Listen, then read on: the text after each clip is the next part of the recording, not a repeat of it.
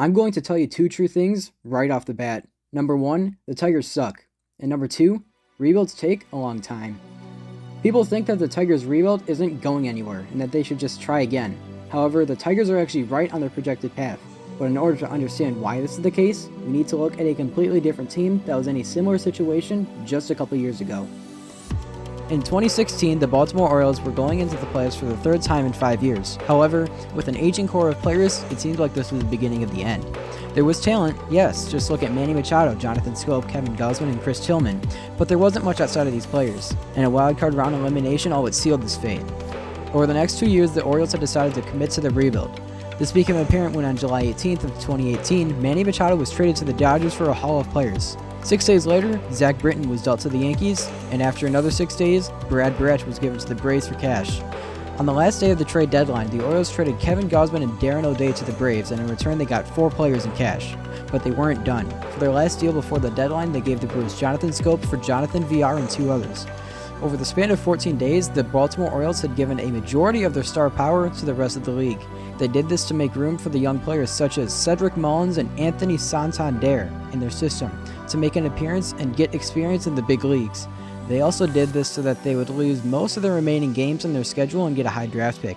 And that they did, as they finished worse in the league, securing the number 1 overall draft pick. The next year wasn't much better for the Orioles, but the wins weren't going to come immediately. What they were more focused on was the draft, as they had the number 1 overall pick and needed help basically everywhere. The Orioles didn't have much pressure on them, as there was a ton of talent to go around. So, who did they select? With the first selection of the 2019 MLB Draft, the Baltimore Orioles select Adley Rutschman, a catcher from Oregon State University.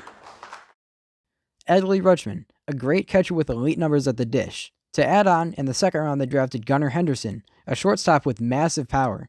The Orioles got what they wanted in the draft. Now all they had to do was wait for the young talent to come up to the majors and develop. Over the next 3 years, the Orioles were bottom feeders in the league, as all the young talent had not become talent yet. But then, all at once, it happened. Coming into July 3rd, 2022, the Orioles were 35-44. They were last in their division, and it seemed like this was just going to be another year of waiting.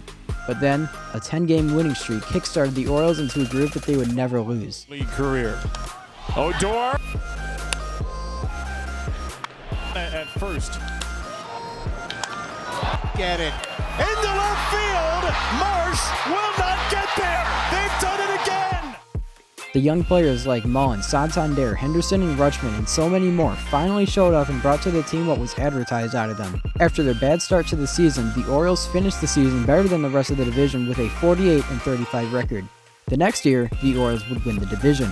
And today, they are in the running to do it again. And that is a brief summary of how the Orioles successfully turned their team around. From the year they traded away all their aging talent, it took 4 years to get a winning record and another year to make the playoffs. Now, how do the Tigers compare to this? The Tigers thought that they could still make a run to the World Series after making it there in 2012. Yet, in 2015 and 2016, they were unable to make the playoffs. In 2017, they decided to tear it down and start all over. The first of the major pieces fell July 18th of 2017 when they traded JD Martinez to the Diamondbacks. On the 31st, they traded Alex Avila and Justin Wilson to the Cubs. Exactly 1 month later, on the day of the deadline, they shipped Justin Upton to the Angels, but none of these trades compared to the final trade the Tigers made. In the final hour of the trade deadline, the Tigers dealt Justin Verlander to the Astros along with cash in exchange for 3 separate players, one of the largest trades to happen all year in the league. The Tigers ended up getting the number 1 overall pick, just like the Orioles did a year after, only they would be using it a little differently. They selected Casey Mize. Instead of selecting a big bat like the Orioles did, they picked a really good pitcher in Mize. Not only that, but they also selected another pitcher in the 9th round, Tarek Skubal. They had selected a tandem of pitchers to be a sturdy backbone to their team. Now all they needed was some big hitters. And along with Parker Meadows, who was drafted in 2018, in the next 2 drafts, the Tigers selected Riley Green, Kerry Carpenter, Spencer Torkelson, and Colt Keith. These were the Tigers' projected core pieces that would make the team good again when they made the team. Now all they had to do was wait. So how are they doing today? A 5-0 start seemed like it was going to be a breakout season for the kids. However, they have since fallen back down to 500 and fluctuated above and below that mark. The problem isn't with the pitching, as the Tigers have an ERA this year of 3.81, far below the ERAs of the Orioles teams that were still rebuilding. And their 3.81 ERA is still better than the 2023 Orioles ERA, the team that won the AL East Division after the Tampa Bay Rays started 13-0. So if this team is pitching better than division winners, why isn't this team good? The problem lies with the hitting. To put it simply, the Tigers are really bad at hitting. To understand that though, we need to dig a little deeper. The Tigers haven't had a batting average over 250 for 7 years now, and they haven't been able to hit over 240 for the past 3 years. To say that hitting is getting worse for the Tigers is an understatement, as this year they would be having the worst year at the plate in the past 6 if it weren't for the 2022 season when they batted 231. This year they were batting 232, where the league average is 239. However, the batting average isn't going to completely explain this. The main reason the Tigers can't hit is because they have no power. They have a 375 slugging, and their OPS plus, where 100 is average, is just 89. Second worst in the American League, just in front of the White Sox. So how do these stats compare to the Orioles in 2022 during their breakout season? The league average back then was just 3 points higher at 242 than it is right now, so the numbers should match up pretty closely, right? Well, not really. The 2022 Orioles were better in every hitting stat over the 2024 Tigers. The only reason the Orioles weren't a true juggernaut in 2022 is because 1, they started the season badly, and 2, they didn't have a great pitching staff as the Tigers do right now. So if the problem is with the hitting, what happened to all the young hitters that the Tigers drafted that has so much promise? In the second round of the 2018 draft, they selected Parker Meadows. In his first 37 games, he had slightly below batting average stats, but had room to grow for next year. There was hope for him until in 2024 he was batting a stunning .096 and they sent him down to the minors. Riley Green was selected at 5th overall in the 2019 draft. He has been getting more power every year as seen by his consistent increase in slugging. He is one of the best Tigers hitters to be drafted from the 2018 to 2020 timeframe, if not the best. Kerry Carpenter was selected in the 19th round of the 2019 draft. In all 3 years with the team, he has not had an OPS plus below 120.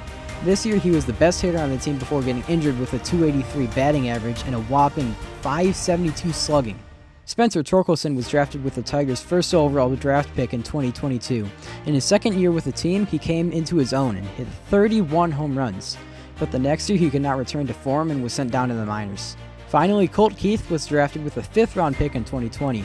The Tigers extended him 6 years before the season as he had insane numbers in the minors. His rookie campaign hasn't been anything special, but it's not supposed to.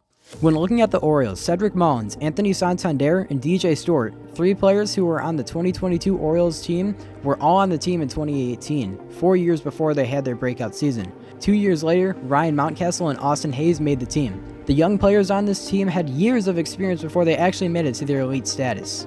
So, when looking back at the Tigers, it makes sense that some of their players aren't ready. The Tigers are one of the youngest teams in the entire league, which leads to many inconsistencies between games. Green and Carpenter are ready for the big leagues, but Torkelson, Keith, and Meadows still need time to develop.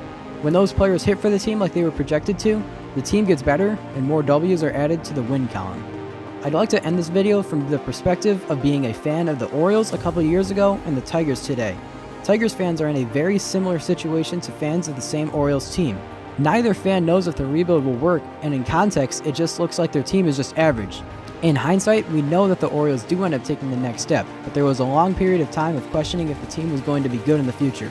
This is highlighted by the article written by Mark Brown in 2021 titled, "The Orioles Suck Again This Year, and I'd like it if non-O's fans would leave us alone about it." That's not to say that Tigers fans aren't growing impatient as well. Just look at the article by Derek Hutchinson published May 15th of this year titled, "The Detroit Tigers Don't Deserve Any More Patience. This is Unacceptable." Look, the Orioles were a terrible team in 2021, but then all their young talent performed at a high level after getting the experience in the league that they needed. Just when everyone thought they were done, they came back and now are better than ever. After everything we've looked at, who's to say the Tigers can't do the same thing?